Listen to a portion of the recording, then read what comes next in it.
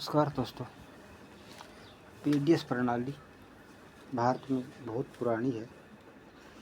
सुल्तानों के समय से उससे पहले भी सार्वजनिक वितरण व्यवस्था अनाज की रही थी और उससे पहले भी रही होगी, क्योंकि खाद्यान्न एक ज़रूरी चीज़ है। अकाल पड़ जाए, जमाखोरी हो जाए किसी और वजह से, तो हर सरकार ये सुनिश्चित करती है कि लोगों को खाने के लिए अनाज मिलता रहे। आज़ादी के बाद इसको रेगुलर कर दिया गया, व्यवस्थित कर दिया गया, लेकिन उसमें भी क्या था कि कोई ज़्यादा बचत वाली बात थी नहीं। मोस्टली चीनी मिलती थी, अनाज इतना कम रेट पे फिर भी चलता रहा। और फिर 2005 तक पीडीएस जो वितरक था वो पंचायत की मेहरबानी पे था। पंचायत बदल गई, पंचायत ने बदलवा दिया, पीडीएस डिपो होल्डर बदल गया। एक गांव वाले से दूसरे गांव वाले ने ले लिया, तीसरे ने ले लिया, गांव में किसी और ने ले लिया।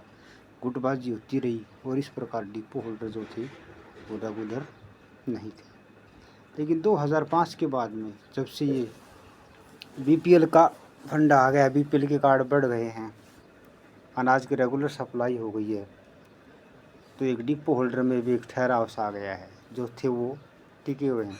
गांव की तरफ से कोई गुटबाजी नहीं होती है।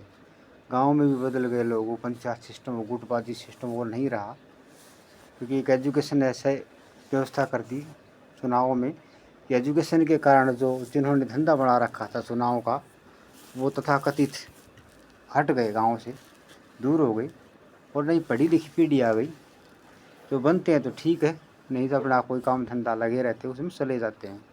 वो कोई पेशेवर नहीं है। 3 पीढ़ी के इलेक्शन होते हैं, पंचायत चुनी जाती है, लेकिन वो पंचायत के जो मेंबर है वो पंचायत को छोड़ के अपने किसी और धंधे में लग जाते हैं।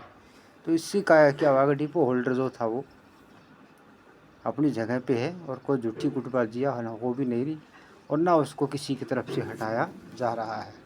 लेकिन अब इसमें एक बात और हो गई कि जो डिपो होल्डर थे उनको 25-30 साल पहले मुकर्रर किया गया था और वो अच्छे से काम कर भी रहे हैं, लगभग चल रहा है। वही भाई वो नहीं तो उसके घर वाले कर रहे हैं, लेकिन कई बहुत ज़्यादा वर्द हो गए हैं, बूढ़े हो गए हैं, चला नहीं जाता। अब भाई आप कहोगे कि तो और भी कई चीज़ें, जैसे गैस एजेंसी है, नाम किसी की और है, चलाता कोई और है। ऐसे ही आपका यहाँ तो भाई खड़ाऊ परंपरा पुरानी है। भारत में हर जगह खड़ाऊ परंपरा चलती है। जैसे राजा भरत ने राज्य किया था खड़ाऊ से, ऐसे ही और चीफ मिनिस्टर हुए हैं खड़ाऊ लेके ना, प्रधानमंत्री भी खड़ाऊ लेके हुए हैं।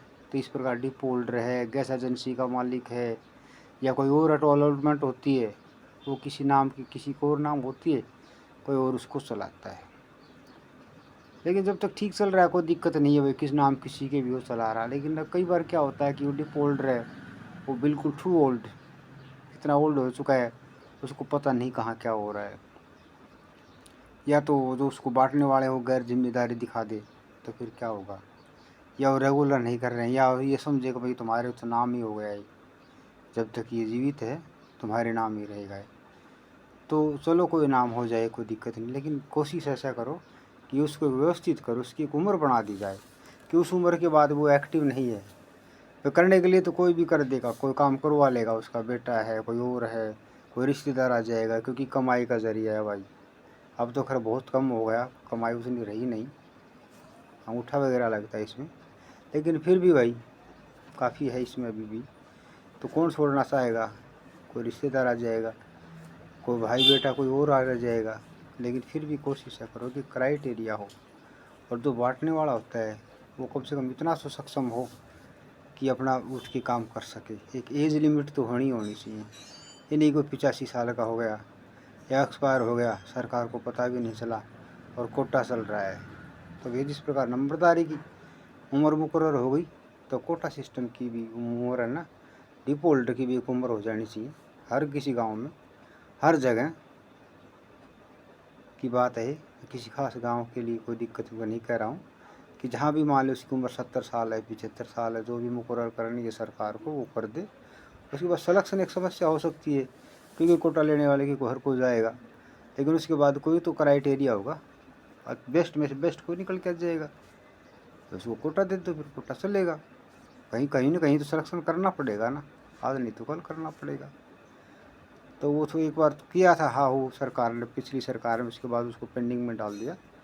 तो यही मेरी रिक्वेस्ट है आप सभी से कि आप इस बारे में गौर करो, ये जो उम्र है उसको बाउंड करो और डिपो होल्डर को ना एक उम्र के बाद रिटायर कर दिया जाए और नया अलॉटमेंट दिया जाए तो बेहतर होगा। धन्यवाद।